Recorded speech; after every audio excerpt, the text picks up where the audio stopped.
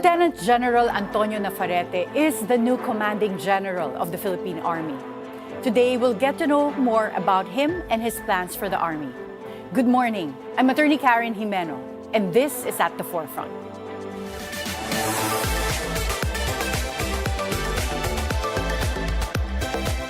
The Philippine Army is celebrating its 129th anniversary, with Lieutenant General Antonio Nafarrete as its new leader. What activities are lined up to mark this event? And what are General Nafarrete's plans for the Army? We will find out from the General himself. We have with us today Army Commanding General, Lieutenant General Antonio Nafarrete. Good morning, General Toto. Good morning, Karen. At salamat po, this is the first time you're being interviewed on media. Yes, here in this channel. Oo, maraming salamat po. I convey my sincerest gratitude for giving us this opportunity to update our Filipino people on what is our army today, a strong army that is for the nation. And I understand, sa ilalim po ng Armed Forces, yung Philippine Army natin ang pinakamatanda. So this year, the Philippine Army is celebrating its 129th anniversary. Yes. So ano pong activities ang lined up? For this 129th anniversary, we have already several lined up activities. And this next week, we will have this interfaith service first and wreath-laying ceremony at the libingan ng mga bayani in honor of our fallen soldiers. And then we will have a flag raising nationwide with all our divisions, our major units, and giving awards to these deserving personnel. And later we will have a senior leaders conference and senior enlisted personnel conference, giving them updates and talking on the current issues that the Army and ways forward of the Army. Okay. So, yung ngayon pong nakikita natin, maraming conflict sa buong mundo, and one of the ones that tayo as the Philippines are usually involved in would be this conflict in the West Philippine Sea. Are more Filipinos joining the Philippine Army given the geopolitics right now? Of course, even before this happened, the Army has always been so many of our young Filipinos lining up to join. I think this is something that's we would like to call our young students, graduates to join the Army, because as we transform, we need more skills and different domains already emerging.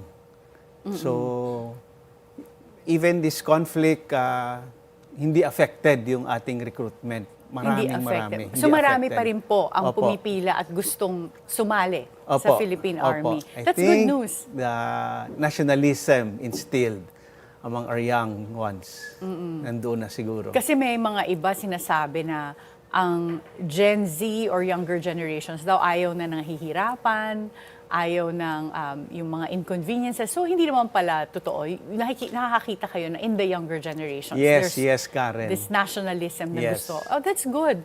So, ngayon po, moving on to your training exercises, what can we expect this year? Ano po yung mga types of training that the Philippine Army is engaged in? As we shift towards the external defense, we're already moving towards large formations, exercises, aside from unilateral. We also do bilateral engagements and multilateral exercises with our ASEAN partners and other like-minded armed forces. No? So, yung ating balikatan, we have also with Australia, yung Karabaru. We have also with Salaknib, with US and Japan. These are the lined-up exercises. And sa ating, lately, yesterday, I went to Pangasinan for that combined arms training exercise. That's a unilateral exercise. Again, it's a brigade to division size operations doing littoral exercise. So ongoing pala, marami. It's not just with the United States. Marami Opo. tayong bansa na Opo. nakaka-coordinate with at nakakasama sa mga joint exercises. Yes. So kunwari po, may magsabi na, alam ko remote naman na lusubin yung Pilipinas. Pero kung sakali, kasi ngayon nakita natin yan with the Iran and US-Israel conflict. Although wala pang boots on the ground yung US. Pero there might be a potential na eventually magkaroon ng boots on the ground. Pero kung sa Pilipinas po ba, are we prepared? Are we ready for any type of invasion or conflict na kung sakali man na madamay ang Pilipinas? That is the objective of this exercises. We exercise contingency plans. We exercise what if will happen. That's why before kasi, it's more when we're doing on our internal security operations, it's small unit exercises. But this time we do large force and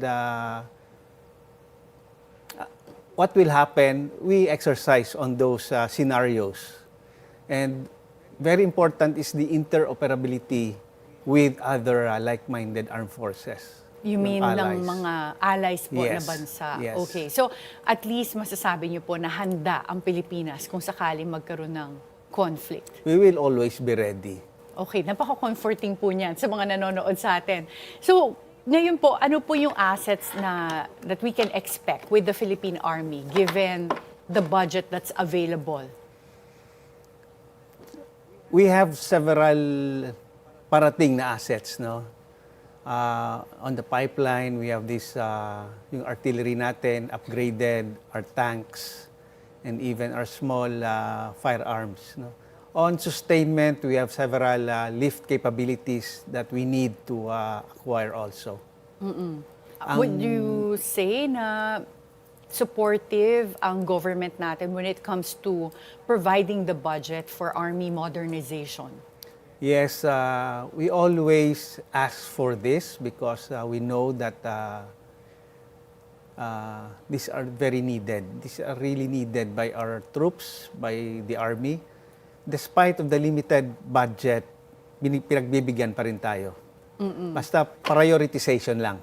Prioritization. So, kung ano Yes. yung pinaka-importante, Yes. yun yung inuuna nyo po Opo. na bilhin. Opo. Okay, so how does the Philippine Army make sure that when it comes to procurement, you have transparency and yet not sacrifice yung, the urgency of buying what we need? Very important there is research and do the market scoping. What is best for the Army and best for the money that we have. There's so many capabilities or technology already sa labas. And we have this office that's doing the yung project management natin. We have several teams doing the research and ensuring that what we buy is really the things that we need.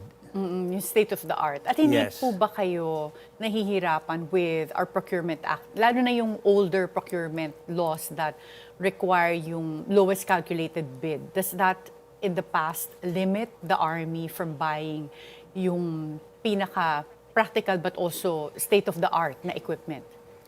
It is really sometimes a something that nahirapan yung Army before.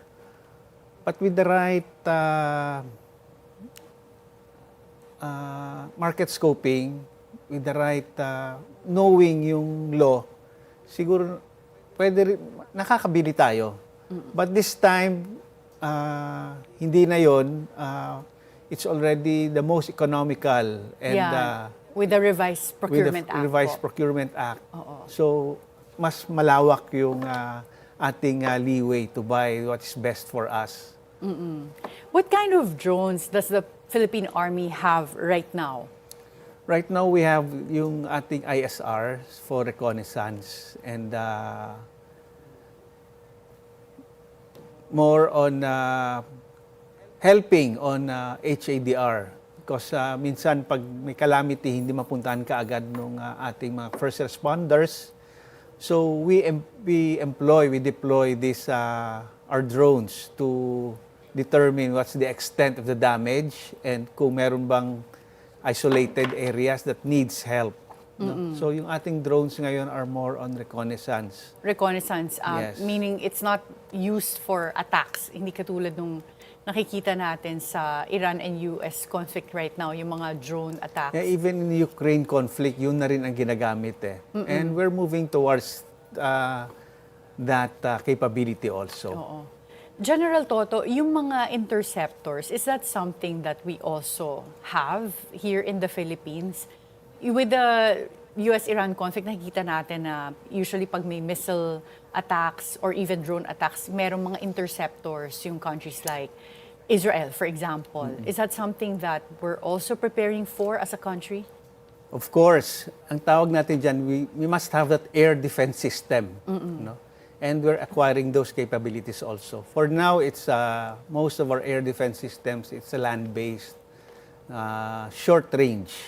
No, so we're also acquiring those long range and middle range, yung mga MLRS. But that's towards the future. Okay, that's comforting to know. Yeah. Na kahit tayo, gagawin na natin yon, yung maging ready sa aerial attacks. Of course.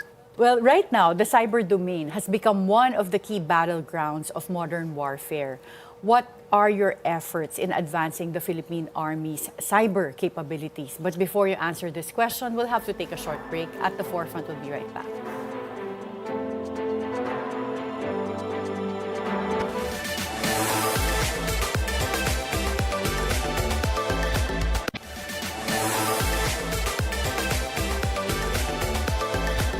Welcome back at the Forefront, and we continue our conversation with Lieutenant General Antonio Nafarrete, the Commanding General of the Philippine Army.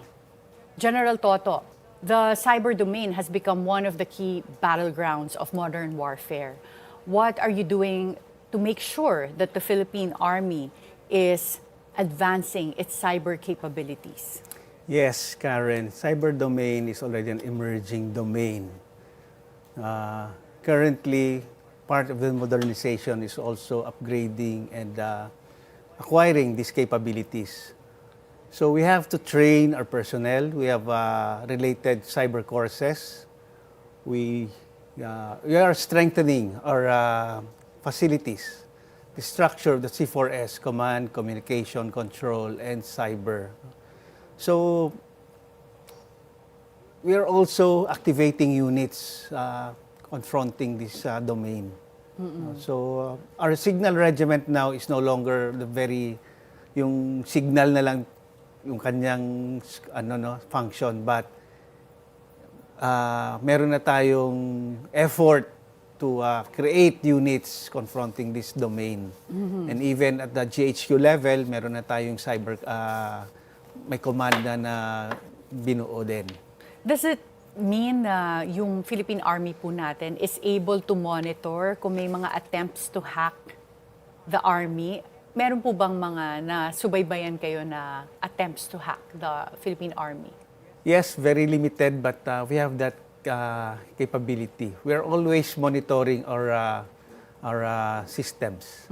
In the past, yung mga attempts to hack, na-trace niyo po ba kung saang bansa galing? I think meron, but I cannot also... You can divulge? Yes. Okay. Pero merong attempts? Meron po. Oo. But are we also modern enough? Do we have enough technology to counter these attempts to hack? Lalo na kung mas maging sophisticated pa po. Of course, yung technology kasi, it's always advancing. No? And we are also keeping in pace. No? We ensure that our personnel are being trained for that. We always provide courses, no?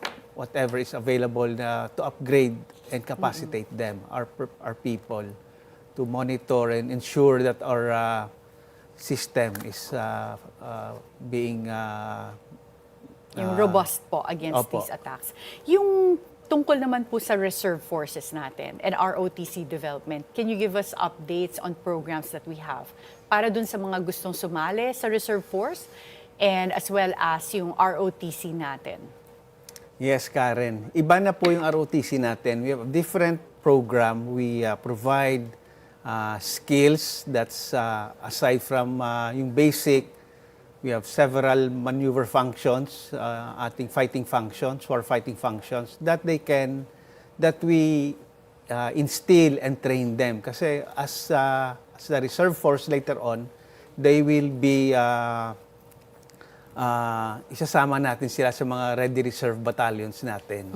No? Palagay niyo po ba magandang suggestion yun na gawing mandatory itong ROTC ulit sa mga estudyante? Yeah, I strongly urge to dapat lahat lang dapat, no, kasi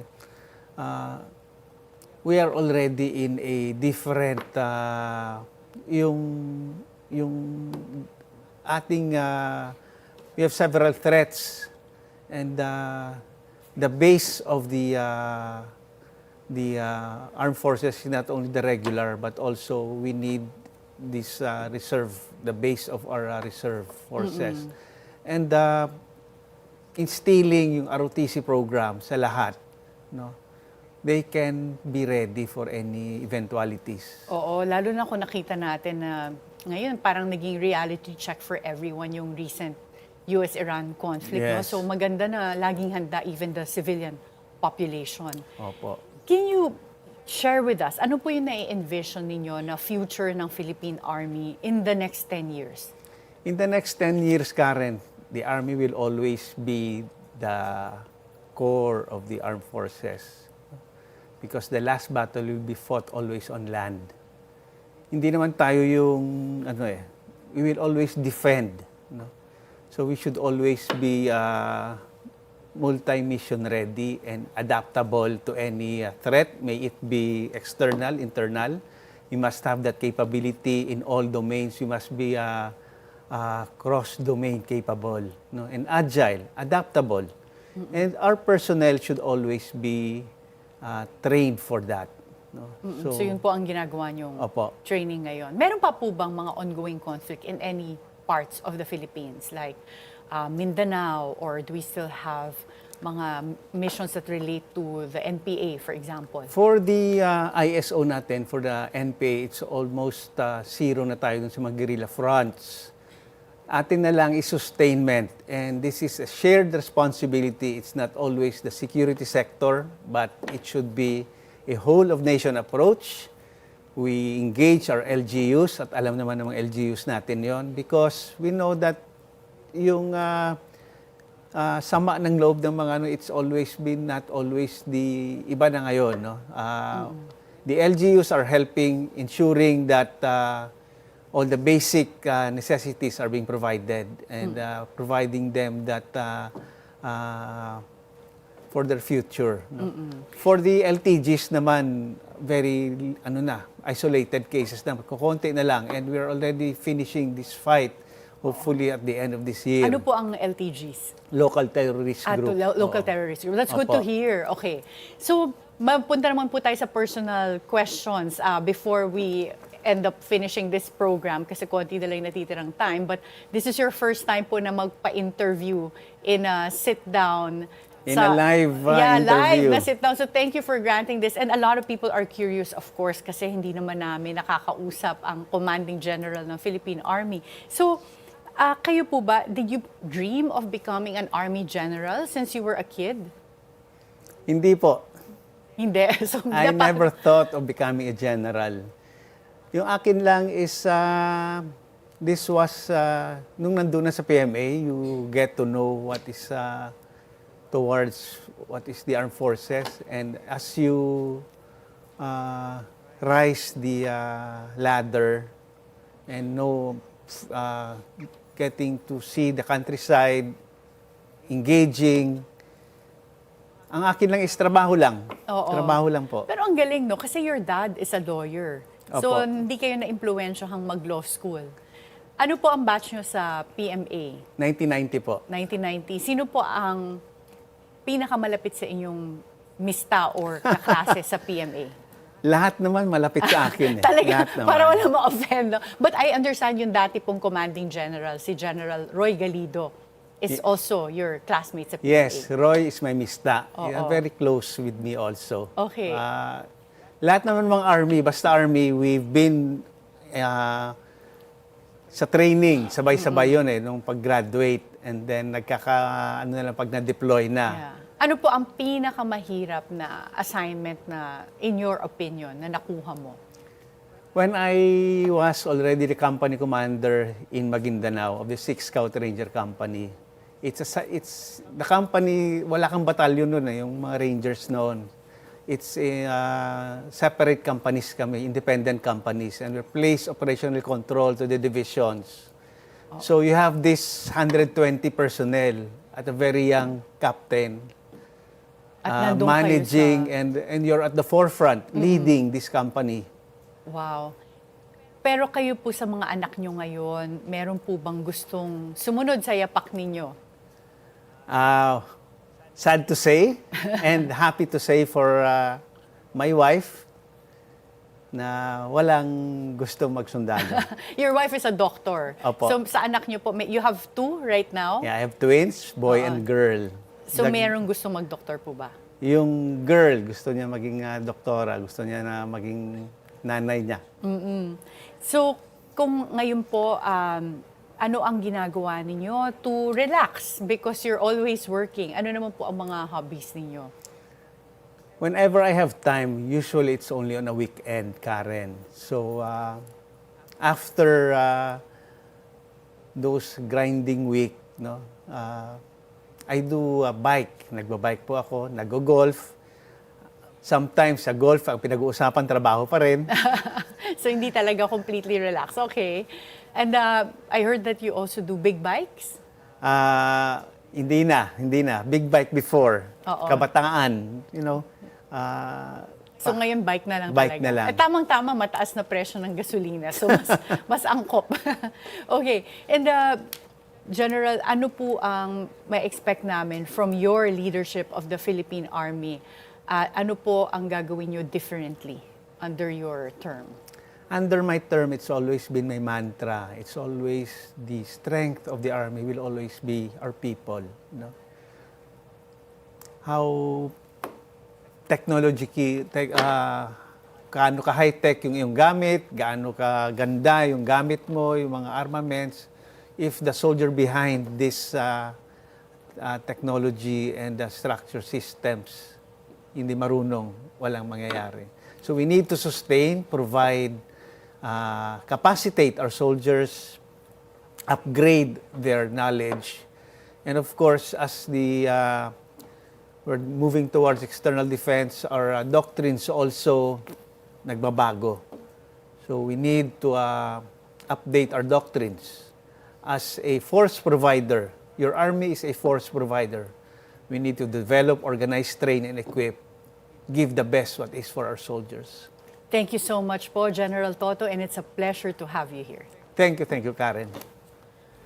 The Philippine Army plays a vital role in protecting the country and its people. To do this effectively, it has to keep evolving, with soldiers acquiring new skills and adapting to new technology and also acquiring new equipment, so that it can more effectively face forces that threaten the country, both foreign, domestic, as well as online. Be informed, be insightful of the news. I'm Atty. Jimeno. Always stay at the forefront.